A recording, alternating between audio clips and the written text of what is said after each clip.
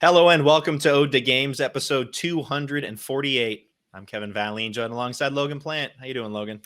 I'm good. How many times do you think I've brought up Professor Layton on this show? Not very I many. could honestly not give you an answer to that. I've been having a big Professor Layton craving lately. Okay. Yeah. I don't know. It just sounds really fun right now.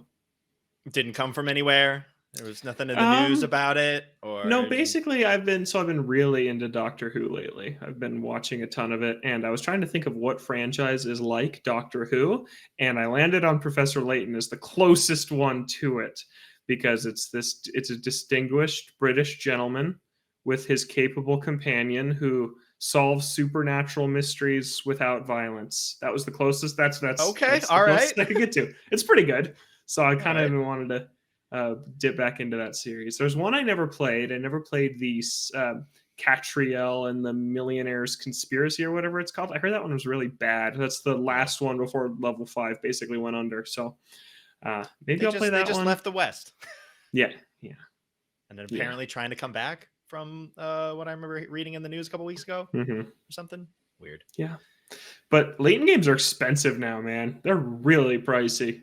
Yeah, like the Layton Ace Attorney crossover. It's not even the worst one.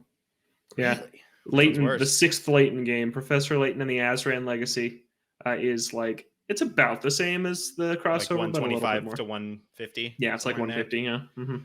Oh, no, yeah. Thanks. I played it though, so I just don't need to track that one down. There you go.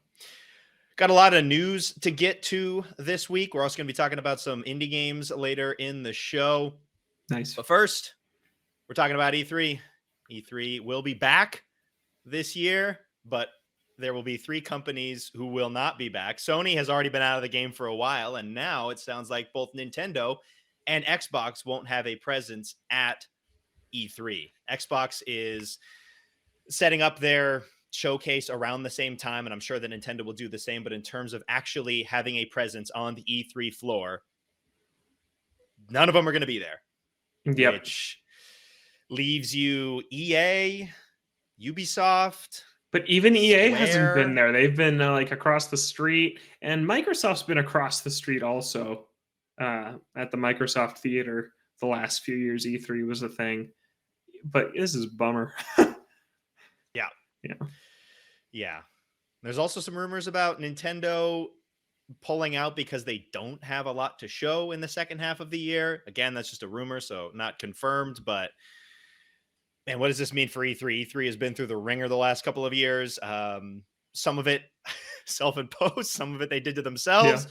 But I mean, with this, what's left really? I mean, you can still kind of brand E3 around all of these other showcases that are happening around the same time. And it seems like at least some of the companies are still trying to set up their showcases around the same time and have the same feel. But I mean, E3 can't last forever with the 3 major players just not being there. Yeah, I don't know. This is bummer news, but I'm actually a little bit optimistic about the event because it is under that new management. It's the same people that put on PAX, and they've talked about this year being more like PAX or like Gamescom rather than what E3 has been known to be in the past. So really, if it didn't have this name attached to it and it was just like a PAX Summer or something like that, I think people would be excited and would go. But I think it's just the expectation with the name. And yeah, there's some baggage with E3 the last few years. The whole FOMO episode, I still reflect on. That was such a funny episode we recorded years ago. You got the FOMO, you've got the doxing that they did for journalists. Yeah, that's terrible. I thankfully was not on that list because I didn't go that year. I went the 2 prior years where there weren't issues, and then there were issues that next year where I did not go. But I still think it could be a fun event. I just really think it's what is branded around, like what kind of fan experiences are there going to be? Are there going to be panels? Maybe that could be a direction that they go. Like, I still think that there's opportunity. Yeah, it is a bummer that Nintendo won't be there, I think, because Sony didn't expect it. Microsoft hasn't been in there for a while, but that Nintendo-sized hole on the show floor, their booth was huge. It was just massive, and with that gone, it's going to look empty in there. Like it's going to look like probably like VR and like other tech, and probably some like, hopefully not, but maybe some like NFT crypto stuff. Oh, Like, I'm sure it'll be there in some yeah, capacity. yeah. Yeah. So it is a bummer. I was planning to go. I don't know if this changes my plans or not. We'll see. I still think I probably will to check it out. I haven't I been to mean, an industry event in a long time. it also depends on who else is showing up because, we Yeah, don't have confirmation one way or the other about really anybody else at this point. yeah. Yeah, I guess it does depend on how much they want to change what E3 is because they can't keep on having E3 be what it's been. I think they do need Hmm. to shift it more from kind of the seminal moment of the year where all the big publishers and developers come together and announce all of their games and probably turn into a more of an experience driven Yeah, show. I think that's yeah. at this point seemingly the only way forward if these big companies just continuously pull out of the event or scale back what they have on offer at E3. Yeah, like it's interesting. Nintendo's not going at all from this report, but they go to things like PAX, like the giant Kirby display that we went to that one year. That's the only game they brought, so it's not like an E3 level show. But maybe in future years, if the expectations around this event start to change, maybe these companies will return in smaller capacities. Like they show up to promote one game, like they do at PAX and Gamescom, rather than, oh, you're going to play Smash and Super Mario Odyssey and all these things that are months and months away. Like that could happen. I don't know. I feel more optimistic about it this year than I did that year where the last 4 years. I feel better about it It's been rough. right now than since, gosh, 2018, the last year I went. Yeah, so we'll see. I'm still curious about it. This will be a I don't big think year. this is a death sentence. Yeah, not yet. I think that this year kind of will set the tone for what's going forward Hmm. with E3 because I think they are going to have to pivot in this situation. Yeah. Hopefully, the runners actually understand that and and know where to go, and not put in all this FOMO nonsense and all this other garbage that they wanted to do in the years past Uh-huh. because that Yeah. was gross. Moving on from that, Logan, one of your most anticipated games of the year, Star Wars Jedi Survivor, was delayed 6 weeks to April 28th. Hmm. When are you going to get around to it? Yeah, it's a little disappointing, but honestly, I'm all right with it. It gives me a bunch of time to finish up some other stuff I want to play. But what, June? Like, because Zelda's mid-May. I'll be in Japan seeing you for part of it. When this game it comes out, I'll be out of the Bad country. timing. And then Zelda comes out the day I'm flying home, and then I'll be playing Zelda for like probably a month, like minimum. And then so probably June. Hopefully I'll get around to it in June. Yeah, what this really tells me actually is that I'm not buying Final Fantasy 16 on launch because I'll be playing this instead. Oh, Is yeah. really what it That's tells me. true. Yeah. EA games drop in price fast. Maybe this means I can get it on a deal at Yeah, some maybe point. get it for $40 a month or two Yeah. later. Who knows? Yeah.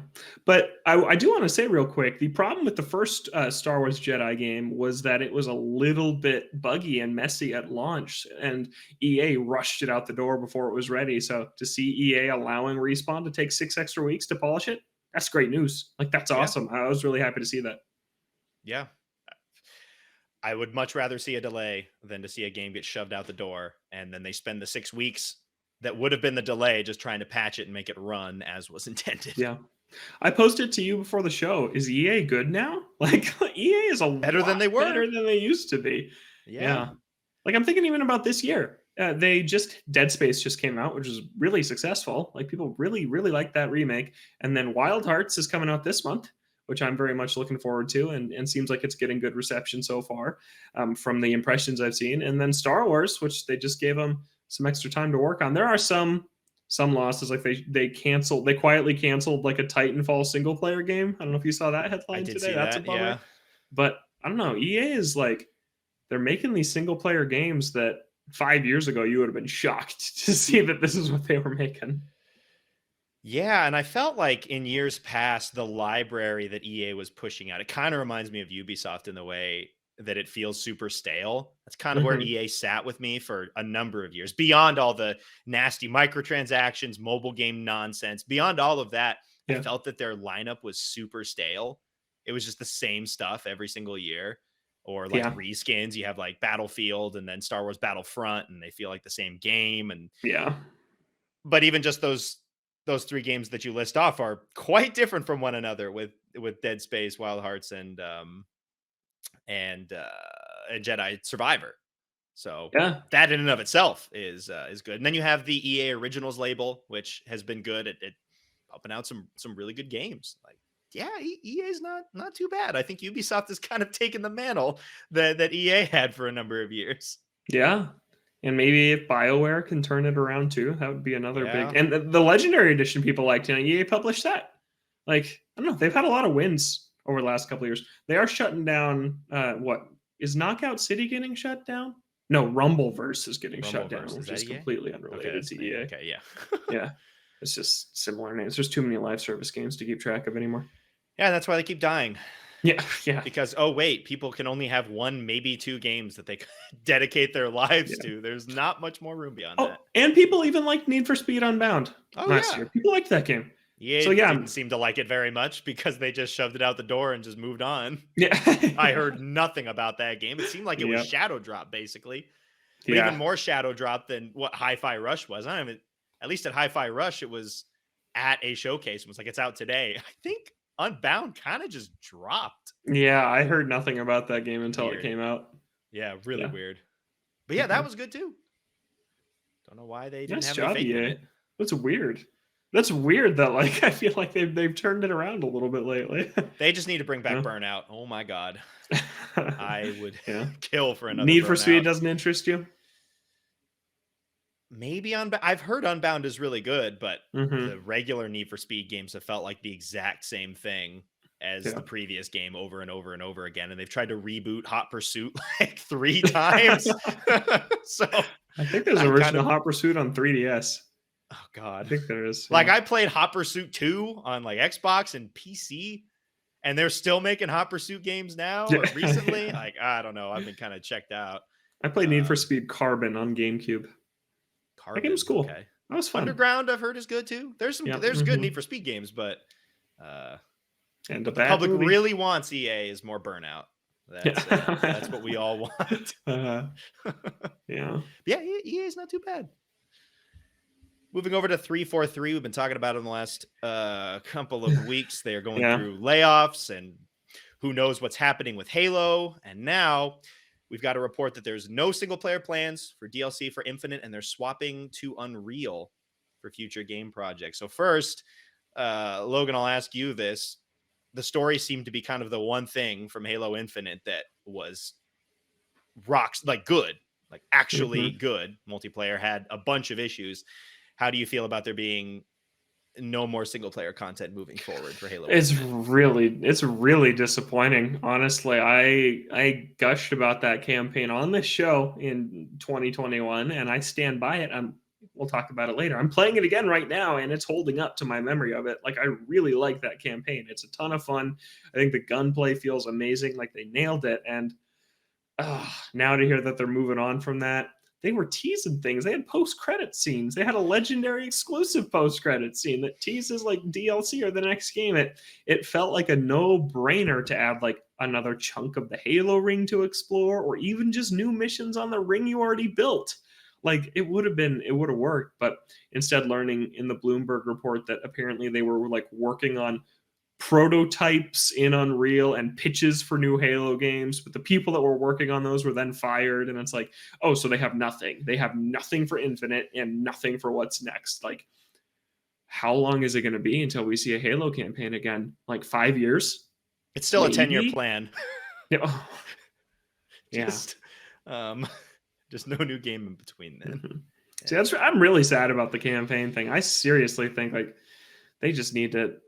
That's what they should be focusing on, because they had something really cool in Halo Infinite, and if they start from scratch and kind of abandon that, it's like what we talked about with like Sonic. Like, Sonic Frontiers is a super cool foundation that I think Sega's going to build on.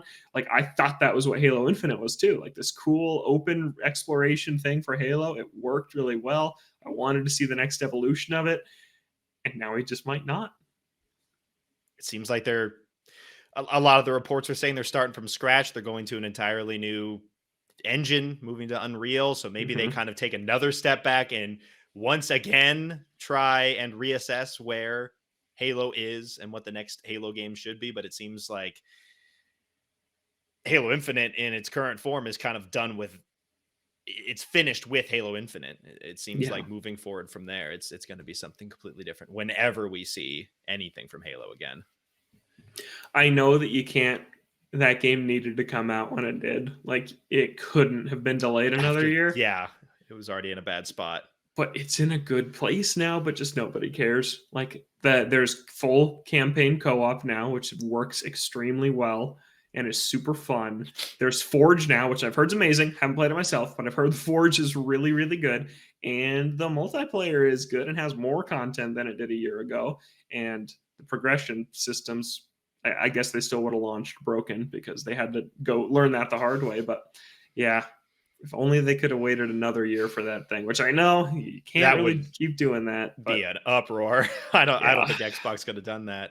But yeah, that's the thing with these live service type games, or if you're going for that demographic, you need it to hit pretty quick. Like, even if you have a rough yeah. launch, you need to get it together quick, or else people are just going to abandon it. Mm-hmm. And the best time to get people in is at the start when everyone's excited for it. It is so much harder to try and build up support and interest in a game that's already been out for a year and people have already decided how they felt about that game. You can Yeah. pull some people back, but man, that is a much tougher sell. If you played it when it came out and it did not live up to your expectations, you might just be done and you might just move Yeah. on.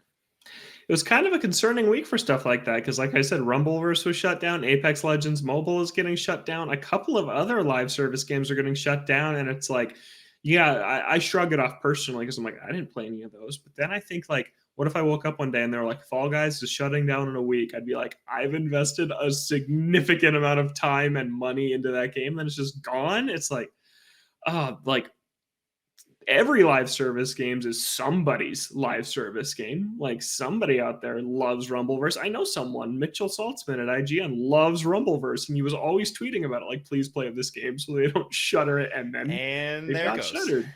Yeah. And so, yeah, it is a bummer. There's just like, and then Sony's pivoting towards live service with like, what, 10 live service games in Which development? And seems it's like they're setting it up to fail. Again, yeah. people can only pick one or two. Yeah, it's Using just 10, like it's gonna the work. industry is moving that way when I feel like the writing's on the wall that it's not the way to go. I mean, I feel like they should have learned from the past of trying to chase those big trends that worked. You know, Yeah. you look back and a lot of companies tried to pivot to first person shooters, and first person shooters were very popular, but people picked one or two. You were a Halo player, you were a COD player, maybe you played Battlefield, but you probably picked one, maybe two. There wasn't a lot of room to pick up another one or another one after that. Yeah. And a lot of them kind of just get sent out to die because people just don't have time for that. They're playing something else that is in a similar vein. It's like almost the same thing. Yeah. Yeah. So it's seeming like Halo's going to get one of these too. Seems like there's the Battle Royale that may or may not still be in development from Certain Affinity. We'll see. Halo Battle Royale could be cool, but it's like Halo's not a super mainstream thing anymore. Like, I feel like everybody jumps on it and is like awesome, and then everybody leaves except the Halo diehard, which is, I guess, true to an extent for a lot of things. But it just feels like it's not Fortnite. Like, a Halo live service game is never going to be like Fortnite or Minecraft or something like that. That like everybody plays, everybody knows. It's like it'll come back, it'll have this resurgence. People will play the campaign, they'll play the multiplayer for a couple of weeks, and then they'll wait for the next one. I just don't see it working. I mean, maybe things would be different if it launched in a better state with multiplayer content and a better, monetization system. Yeah. But we can't go back and redo that. Yeah, rough waters for 343, but we'll see what comes next. If they're pitching a bunch of new games, we could be seeing something drastically different for Halo moving forward. Yep. If that's a completely different spin-off game or whatever the next mainline game turns into, we'll see. Maybe time for some creativity. They've got a lot of directions that they could go. Yeah. Moving over to PlayStation, the PlayStation Plus collection, if anybody has forgotten that that's a thing, it was a service for people who subscribe to PS Plus on PlayStation 5, they could get a bunch of PS4 games for free, and that's going away on May 9th. Sony is getting rid of that. So, and a bunch of crap news this week. PSA, if you're on PS5 now and you hadn't picked these games up yet, they'll function the same way that a PS Plus game would. You can claim them now and you'll still be able to play them after the May 9th deadline. But once that passes, these things will be gone. They just put that out there and ignored it, except for removing Persona 5 a while back. I forgot and then completely axing the service. That's all they've done for this thing. It's because all they're planning to do is remaster and remake all the games that are on it. Last of Us is on there. I think Horizon's on there, and that might get a remake. Yeah. But really, I think it's because this thing existed before their kind of Game Pass comparison service existed. So now they just want to push people to play some of these games that are going to be available on that higher tier of PS Plus. And it's like, oh, come on. Like, I get it, but it is kind of lame. Yeah. I can get it with the third-party games. I'm sure that they went into agreements with the third parties to offer those for free for an extended period of time. I would get that if you decided to remove those after the 2 years or however long you would signed on for those to be there. But it still kind of sucks that Sony will even pull their own titles, especially when the value of those games just aren't that high anymore. Like, you can get those, basically all of those games that are on that service for between $10 and $20. Like, just straight up. Yeah. So it feels like Sony should have the ability to throw you a bone, especially you are paying for PS Plus as well. Like, this isn't free completely. You're paying the $60 a year. And you bought PS5 for $500. Yeah. I feel like they could throw you a bone. They don't want to do that. Yeah. I gotta. Do you see Xbox prices are going up in Japan? I saw that. Yep. For the 10 people that are buying them. Yeah, I know. It's like, really? That's the market that you're increasing it in? Okay. Yeah, it's already such a tough sell here. Like, out of all the markets, I feel, prices in Japan, or at the very least, hold firm, because you're not going to be pulling in more people with the price hike. I feel like they could have used that to their advantage because PlayStation got a price hike here. So you could kind of use that and be like, hey, if you want to play these big new games, you can get it for $50 cheaper or whatever the exact difference is on Xbox. They could have used that. Yeah, totally. And how much money are they going to be making from the minuscule amount of units that they're selling over here? Like, really? I don't. $100 extra. Yeah, that didn't really make any sense. But yeah, a PSA for people who forgot about this thing. You're warranted if you forgot about it. They really didn't talk about it much after it came out. Download those games before May because they will be going away. Yep. Last of Us TV show doing really well. The numbers for viewers keeps on climbing with each episode. And now Last of Us Part 2 seemingly is going to get made because season 2 has been greenlit. Yes. This is awesome. This is super exciting. And I saw somewhere it's going to take 2 seasons to fully adapt. Which makes sense. So, yep, which is what we've been talking about. That. Yeah. So I'm very excited that we're getting 3 seasons of this show. Episode 3 was insanely good. Like, wow. I'm sure you saw people talking about it, Kev. I've been trying to avoid spoilers because I'll watch it eventually, but not yet. Yeah. It was really, really, really good. I loved episode 3. It was definitely the strongest one so far. And I was excited to see that news. But yeah, it's like one of the only HBO shows ever where viewership has climbed through the first 3 weeks, which is crazy. Like, viewers on the night that it premieres on the Sunday night, like, it was up like 15% 1 to 2, and then like another like 17% week 2 to 3. That's crazy. That's crazy. Just word of mouth, getting more people to watch. And I think that number's only going to climb again for week 4 based on how many people were talking about episode 3. But yeah, episode 3 was, people love that. I could definitely see episode 4 getting even more people off of the back of that.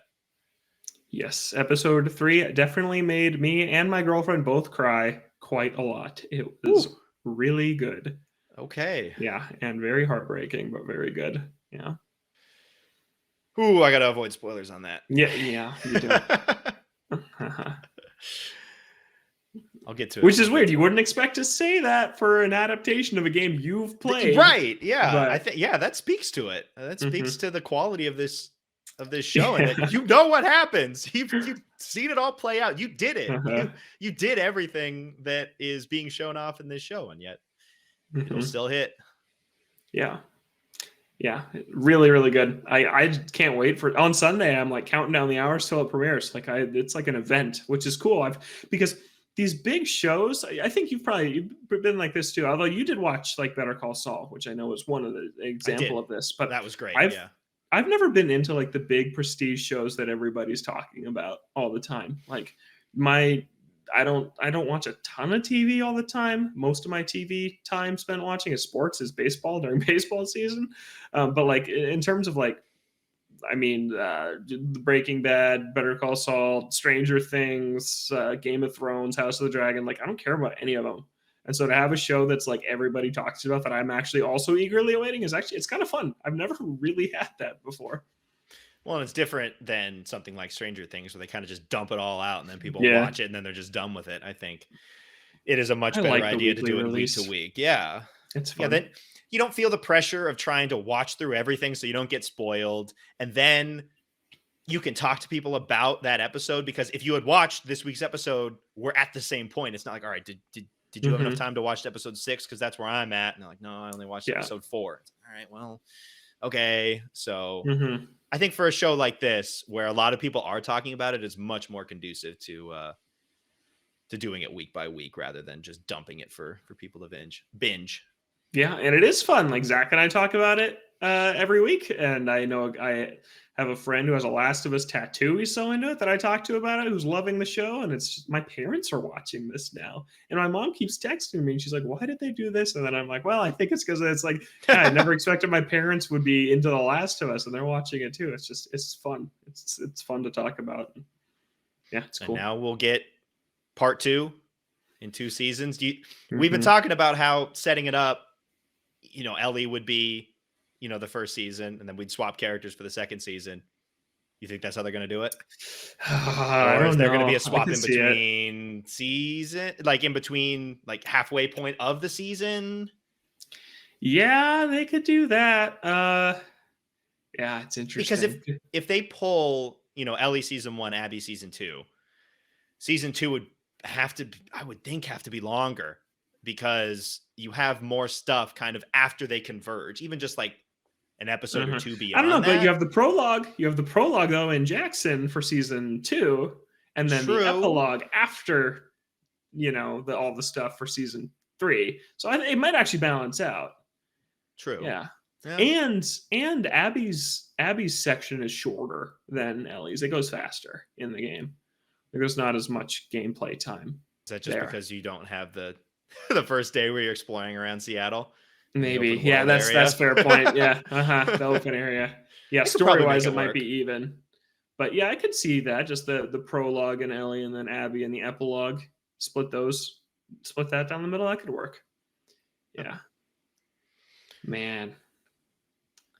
That's going to be Didn't awesome. think this would be as big as it was when we were talking about it a few months before. We were talking about it on the show, like, I don't know if I'm going to watch this. Or like, I've already played The Last of Us. I might play it again on PS5.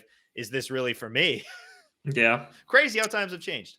The answer is a resounding yes. And now Pedro Pascal's hosting SNL. And it's like, there was like an SNL ad of him like attacking a clicker in the like backstage of SNL. And it's like, what is happening? Like, what world are we living in right now?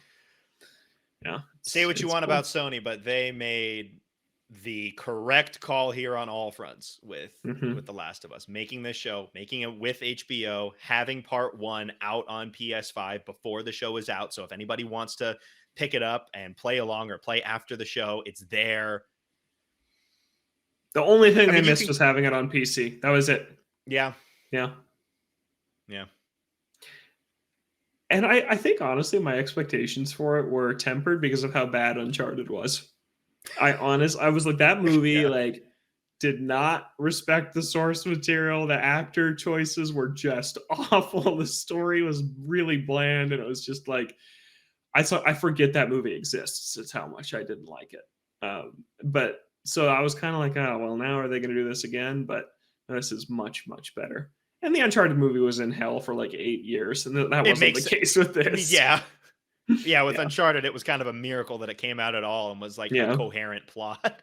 Yeah, that it worked in the Yeah, slightest. that you watched and you're like, okay, Yeah. this I can follow Yeah. this. Yeah. That makes sense. Yeah, you got to watch this, man. I know you don't have HBO, but you gotta watch this. Maybe go on to All Out, binge it or something. That's what when I'm it's planning. released. That I can watch it in a 1 month trial. Yeah, is my Mhm. current plan, which will be because what is it 9 it's only episodes? it's only in like 6 more weeks. Yeah, there's only 6 to go. So within 2 or 3 weeks, I will probably hop on. Oh yeah, I'll because try then you and, could start. Yeah, Yeah, and I could start and be there for the end. I'll plan it out. I'll make Yeah. it. I'll make it work. cool. Yeah, Yeah, because I know I want to talk to you about it, but you haven't been able to watch it yet. Yeah. get around to it. And our last little bit of news, we're talking about Redfall. It was in the Xbox showcase from a little while back, and now we have news that it'll require an online connection at all times, regardless of if you're playing a single player, and you're also going to need a Bethesda account. Are you excited for that? Awesome. No, Excited to make a Bethesda account? I am not. To play Redfall? No, not at all. But whatever, I'll do it. I have an Xbox account, and you own them now. Why isn't that good enough? Yeah. Yeah. I get really annoyed whenever I have to sign into anybody's account, whether that's like you have Ubisoft Bethesda, made me you do it have for Far Cry. Ubisoft. I think Rockstar had them for a while, or like you got extra content through Rockstar's thing. It always Yeah. felt super clunky with those of like trying to like log in through this and it's connected to a different account somewhere else. It's gotten Yeah. better. Like there's the I bring up Fall Guys again. Like the Epic account is hooked up through that, and you log in, and that's what enables crossplay. Like that stuff works better now than it used to. Like yeah, I remember on the 360 where it's like, all right, time to log in. I'm like, really, you're gonna make me do this right Yeah, now? and back then and even now Yeah. for certain situations, there's no utility like at all. Yep. Like why would I log into this account beyond you getting my information? Like there's no point. Whereas with something like the Epic account for Fall Guys, allowing crossplay and allowing you to care, it remembers your save between consoles. That's actually a feasible reason to Yeah. to use the feature. For Redfall's console exclusive. Like you don't need any Nope. of that. Yeah, and you can just swap to PC because it's all like it's all connected. Yeah, I don't know. Did you see the Nintendo Switch game vouchers are back? I didn't know they left. I'm Mhm. gonna be Yeah, they're honest. back. I thought they were still a feature. It's back. They were gone for a while, but they're back now. So now you can save $10. Well, actually, you can save a little bit more because there's are you doing some there's- math here or something? Yeah, on Amazon, pretty much at all times, the $50 eShop gift card is $5 off. So you can buy 2 of those for $90, plug them into your Switch, and then get a voucher. So you get 2 full price games for $45 each if you do it that way. The things Which we have to is- go through to I get a know. game on sale from Nintendo. Yeah. Do they Yeah. count for new games or like recently released stuff? There was a list of them.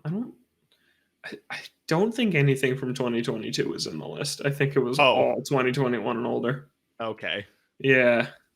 Yeah, because and the thing that irks me is that there's games that are less than $59 that are in there. It's like, oh, you can get 1-2 Switch or Miitopia that Yeah, costs it's like 40 like, and 50 I'm bucks, and it's literally just burning money right here. like, yeah, not even. Yeah, I guess it's just you might as well have just bought the game. Yeah, Yeah, Save if they're on gonna 2 have a digital game games. in this service, it's got to be $60. I'm sorry. Oh wait, It no, just- I take it back.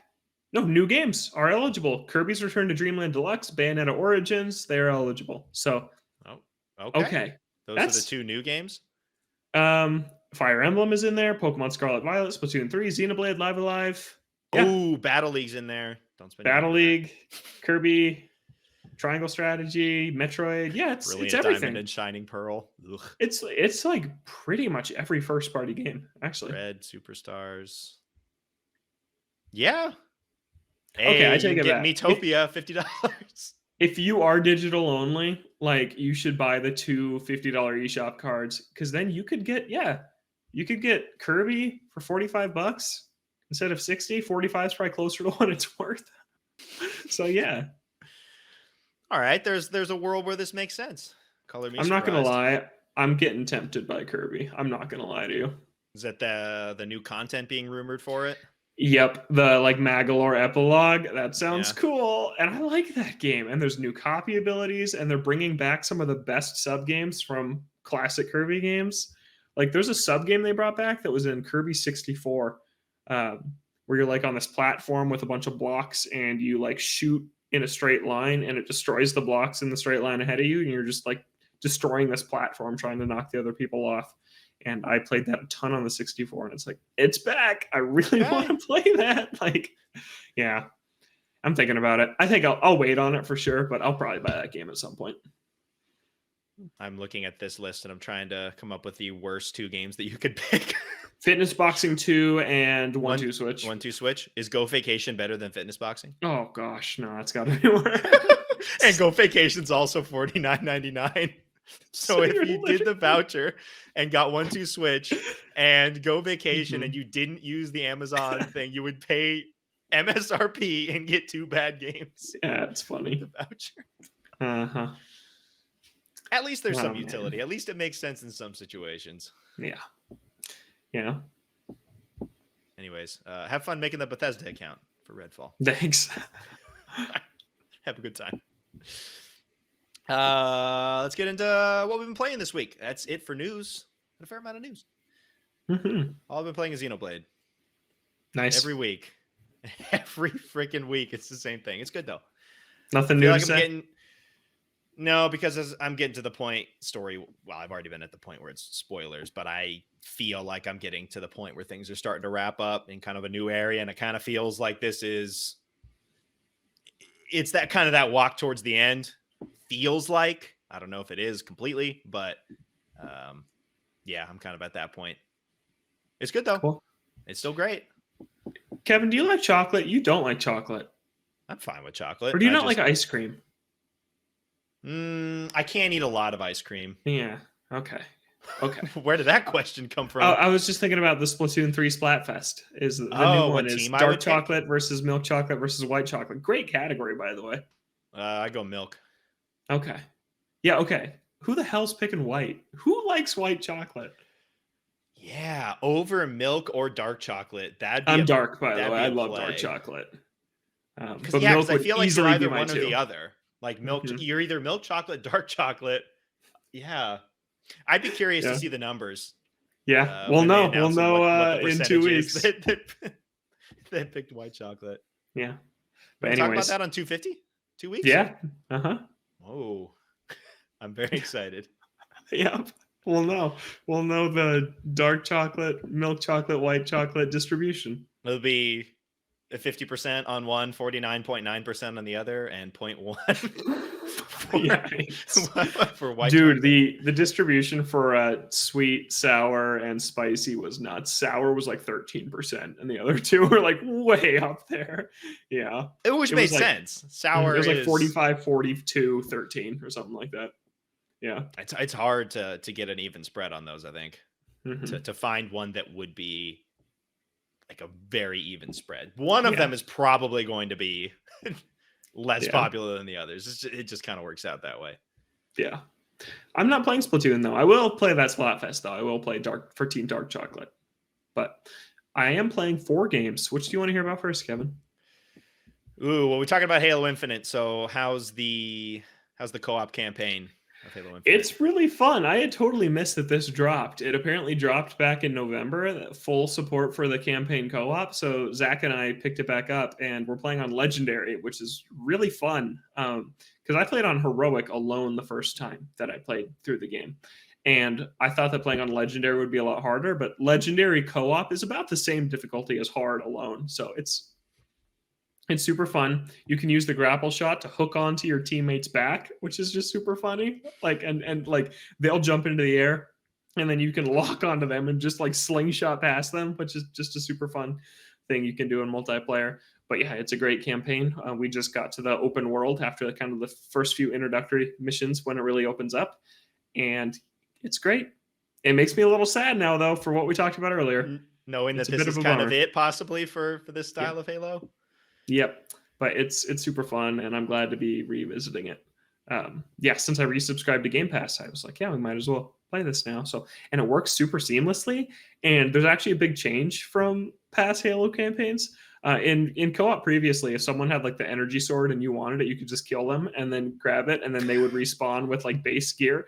But in Infinite, and I think it's because of the open world setup, when you die, you respawn with everything you already had. Like you respawn with the same weapons, the same amount of ammo, the same number of grenades. Like you just come back with the same kit. And I really like that. It's a nice change to where if you keep dying in a mission and your friend has to like back up to respawn you back in, you just come back with the good weapons you want rather than the AR, which isn't very good, and the pistol.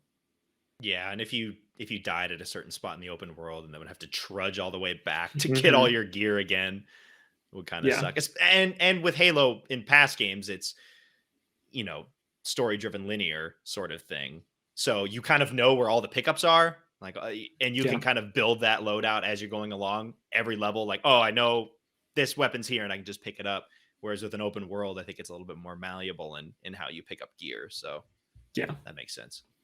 Yeah, it's a great game. It is one of my favorite Halo campaigns. Like Reach is my favorite. I really like 1.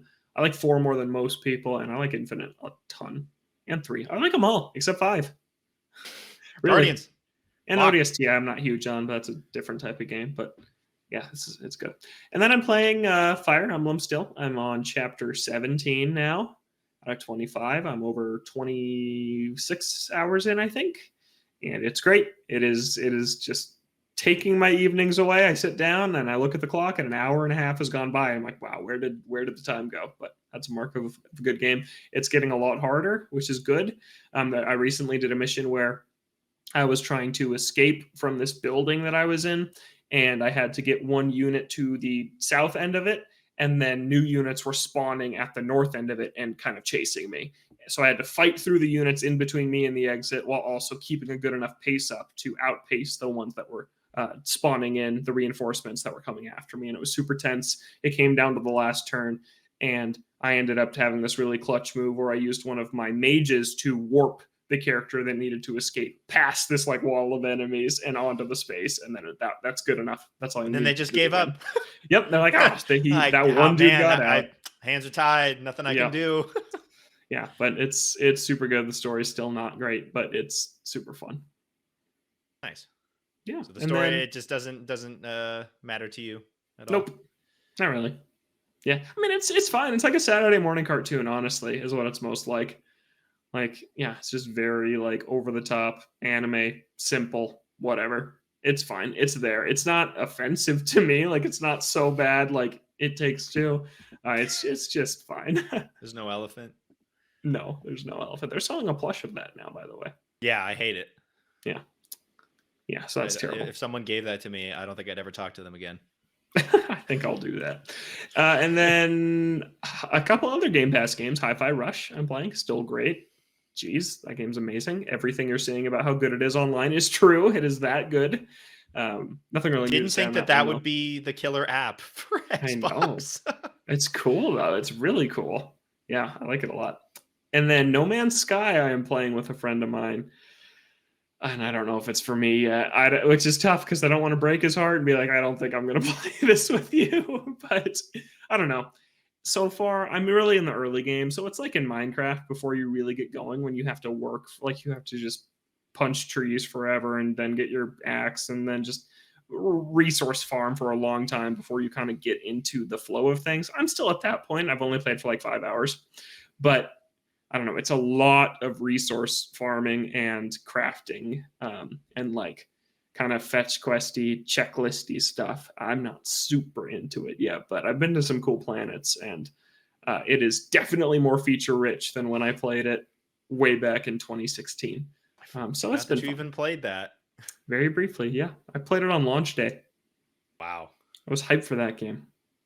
Yeah, but yeah, I don't know. It's just like we've talked about. You don't have time for that many games that suck this many hours from you, and I'd rather play Monster Hunter than this, I guess, or Monster Hunter and Fall Guys. I don't have time for others. Got to make those choices. Yep. So it's fun, but yeah, I just don't know if it's going to be 100-hour fun. Yeah, and this is a game where I don't think you really get much out of it unless you put in tons of time into it. Yeah, to get to those features and content that Yeah. that is at the 50-hour plus mark. Yeah. Oh my gosh, my friend has played for hundreds and hundreds of hours. This is like the main game that he plays. He has like this giant freighter that he flies to different systems, and like he's built like this restaurant and lounge and greenhouse, and he built a chessboard on his ship where if you enter like the build edit mode, you can move the chess pieces and like play chess 2 players. Like it's crazy the stuff he's got, and I'm just never gonna get there. Because that's the one game that he Yep. plays. It's the same thing with Minecraft. People can make absolutely absurd things in Minecraft, but if you're going to get to that point where you're doing that, that is all you're going to be doing. Yep. And you got to be okay with that. And some people are fine just playing the same game forever because they really enjoy it. But I think for you as well as me and a lot of other people, you kind of need new games to come in and kind of infuse something different into your gameplay and to kind of keep things fresh. Yep. I don't think I could totally play a game for that long. Yeah. So it is enjoyable, and I didn't have to pay for it because of Game Pass, which is very nice that it's on there. But yeah, it's just like, I don't know. We'll see. I get the loop, and I just don't. It hasn't hooked me yet. Maybe I'll come back next week and be like, I get it, I'm in, but it just hasn't happened yet. How much longer do you think it'd given it, or are you kind of just going to play it by ear? I don't know, because it is always fun to play games with friends, even if you don't love the game. So I'll probably try it a few more times, but I might suggest we switch to something else if it doesn't hook me soon. Yeah. That's it. Was that 4? Yeah, that was 4. That is 4. Got a lot more variety than me every single week. Yeah. Speaking of variety, I want to be 80 hours into Xenoblade. It's real good. You gonna get around to it now that that Star Wars has been delayed, or is there no time in between? We'll see. Got to be Fire Emblem, which is probably about in the next week or 2, and then I have a choice to make. I have Dragon Quest Treasures, and I got Xenoblade. Ooh, you know my pick, but yeah, but Treasures is short, and that's appealing too. It's like knock it out. Yep. So we'll see. Let's talk about some smaller games, not 80 to 100-hour monolith type games. Let's talk about some indie picks, specifically some under the radar picks. We could be sitting here talking about like Stardew Valley and Hollow Knight and any of these other games. You probably know what those games are already, and if you had any interest in them, you probably already gave them a shot. So here we're going to be talking about some games that maybe have flown under your radar, some games that didn't get as much press as some of the other big indie games. So we've each picked a couple of games that we have played that we think that you should check out, that are some under the radar picks, as well as a couple of games that we haven't yet played but have heard some good things about. So Logan, do you want to start off with what you got? You got a couple of picks here for the games that you have played that are a little bit more under the radar. Yeah, I got 3 picks. Katana Zero is one that I played in the very early days of the show, and I honestly I think it's on like the level of some of the indies that do get all the hype, like Celeste or The Messenger or things like that people love, but it just never really took off. It's super combat heavy 2D pixel art. You play as this dude with a katana, and you have to make it through these different rooms and kill all the enemies without dying. And if you die, you start the room over until you get it right. And it is like cyberpunk aesthetic. The soundtrack is unbelievably good. The story is really interesting, and the gameplay is just super tight and awesome and stressful and in a good way. And just really, really cool. And yeah, like this game never got a physical release like I thought it should. It just wasn't like. It didn't take off like I thought it deserved to, and it's getting DLC at some point soon. Wait, what? There's been DLC 5 years later for the last 5 years. Yeah, because the story ends on a cliffhanger, and the creator. This is made by I think only a couple people, And the creator's like, yep, we're working on DLC, and it's finally coming out soon. And I am excited to jump back into that game. It's been a long time, but Wow. yeah. That is a long that's the time that it takes to make another game. Uh-huh. And they're making DLC. That's crazy. But at least they made DLC instead of making a sequel that then was broken and buggy. But, oh well. Sorry, Anyways. Sports Story. Sorry, you were in the news again this week for not being able to remove that secret dev room. Yeah, which is we have sad. patched out the dev room. People can still access it. What is going on there? Yeah. Ooh, the main character in Katana Zero is coming to Dead Cells. That's cool. Dead Cells looks cool. Yeah, it was September 2nd, 2022. Watch a sneak preview of the upcoming Katana Zero DLC here. And there's a YouTube video. Okay. So it's still not out. I haven't watched it. I'm just going to go in without knowing anything. But yeah, I can't wait for that.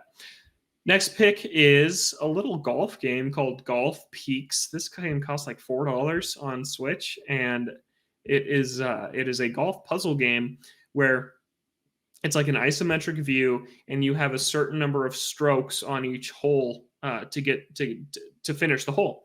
And there's like ice blocks that are slippery, and there's sand blocks that disintegrate, and there's like elevator blocks that lift up your ball, and you just have to figure out how to manipulate all these things to get the ball into the hole in the number of strokes required. And it's super simple but really satisfying.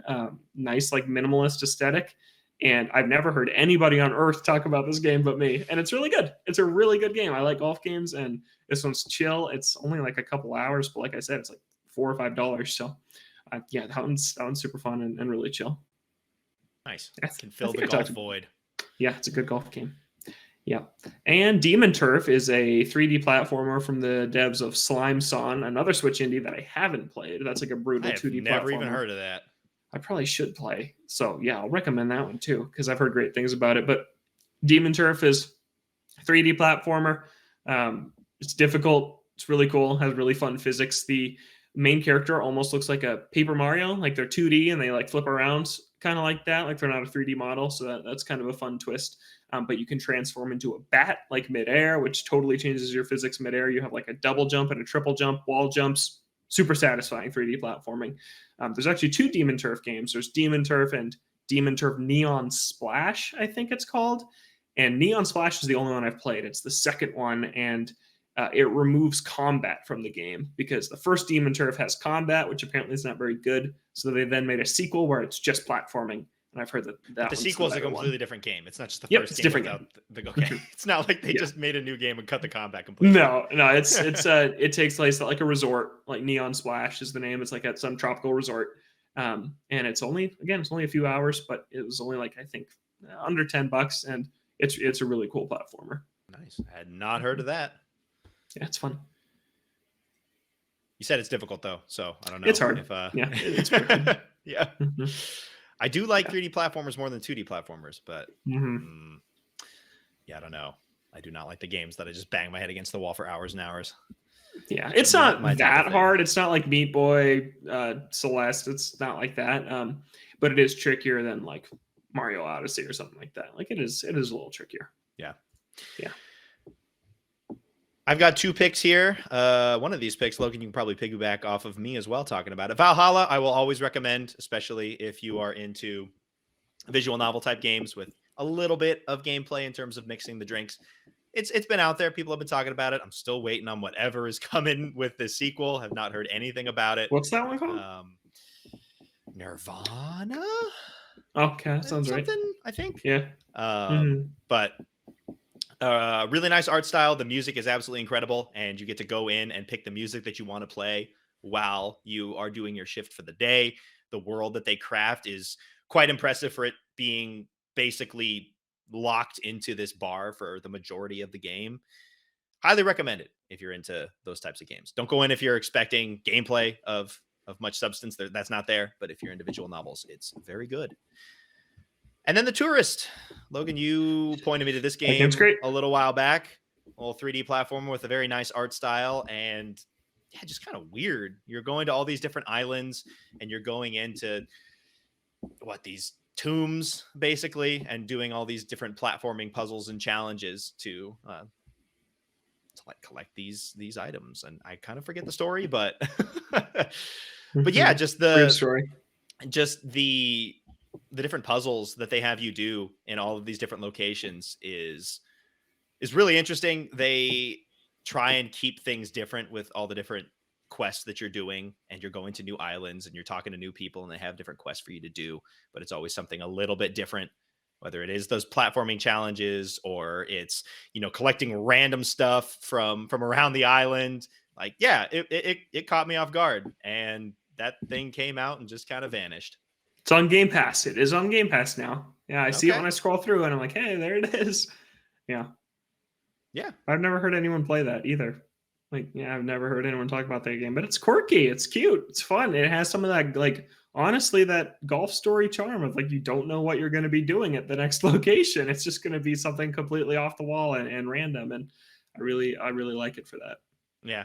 Good humor as well. Kind of like, Mhm. yeah, it kind of has a lot of golf story comparison in terms of Yeah. just not in terms of what you're doing in the sense of gameplay per se, but in kind of its style and Mhm.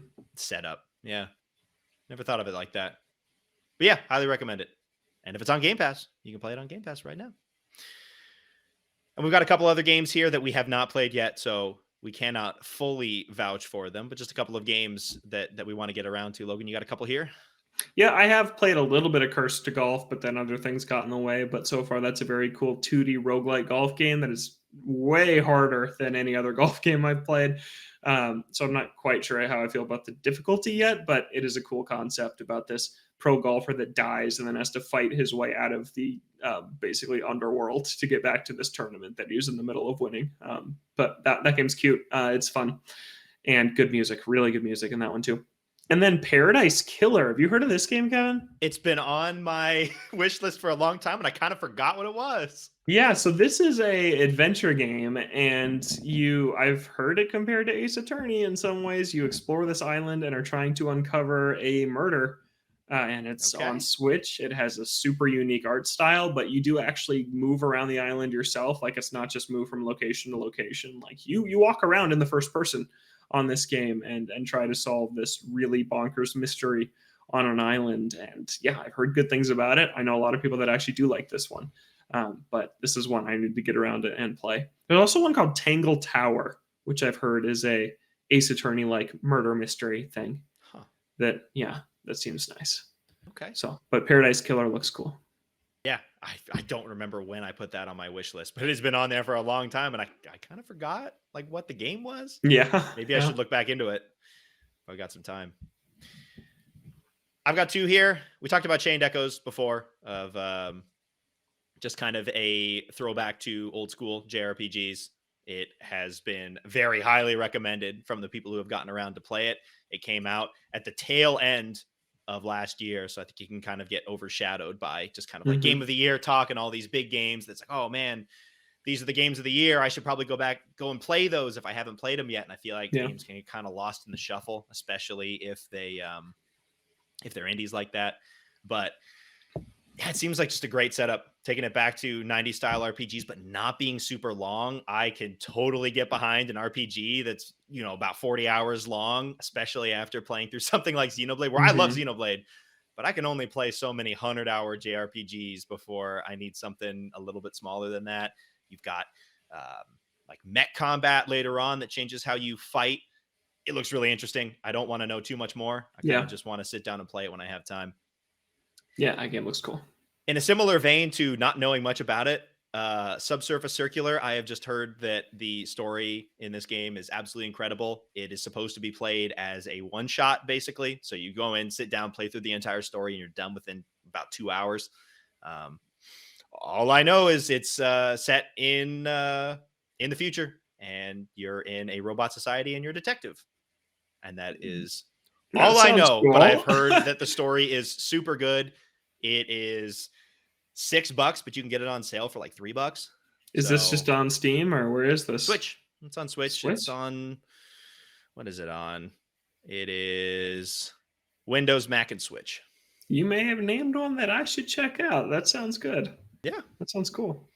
Yeah. I picked it up a while back on a sale, and I want to go in completely blind since it is very story driven, and it's just kind of like a one and done type of thing. But I've had fun with those types of games in the past, of just kind of playing through the story in one fell swoop, and then just kind of being done with it. I feel like you can kind of just like experience the entire story in one go, and that's a fun experience to be able to do. Like To the Moon is one that kind of is that for me, where you can play that in a couple of hours, just experience it all and kind of be done with it.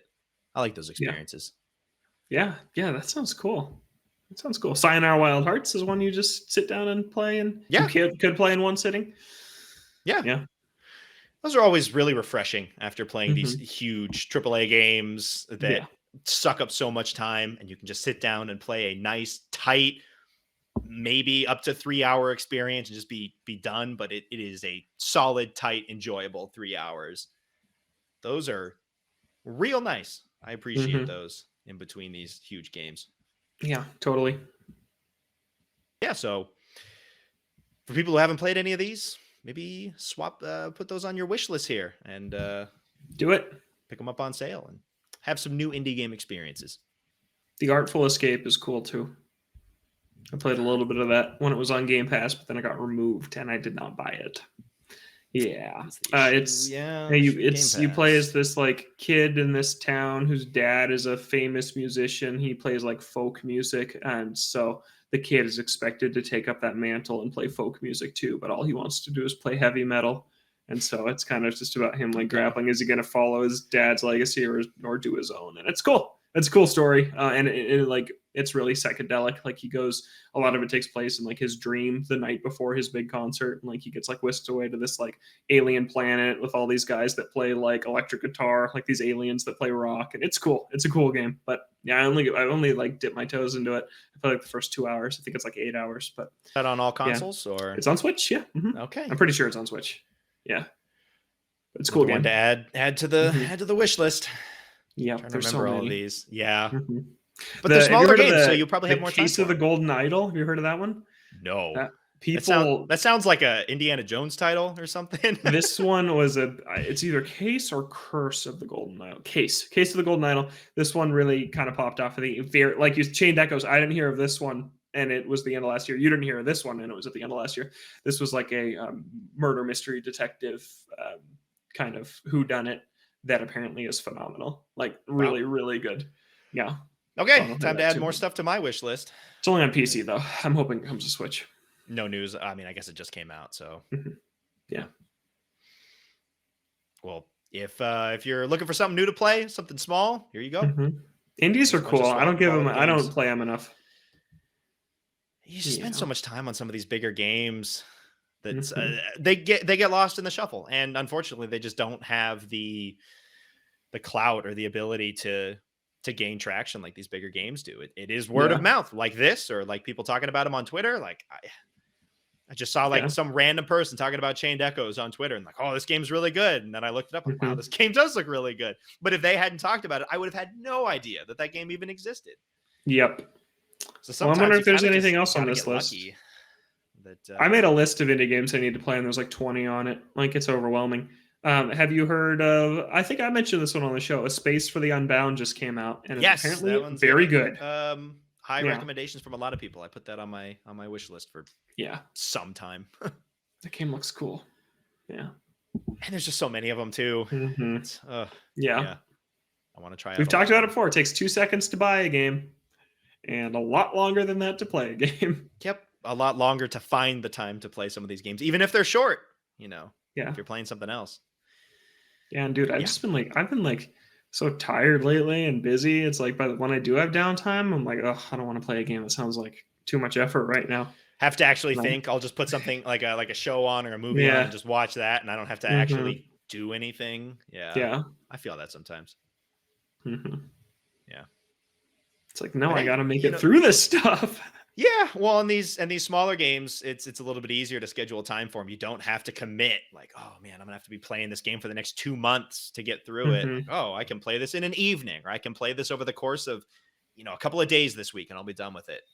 You can fit them in. You can find time for some of these indie games. Totally.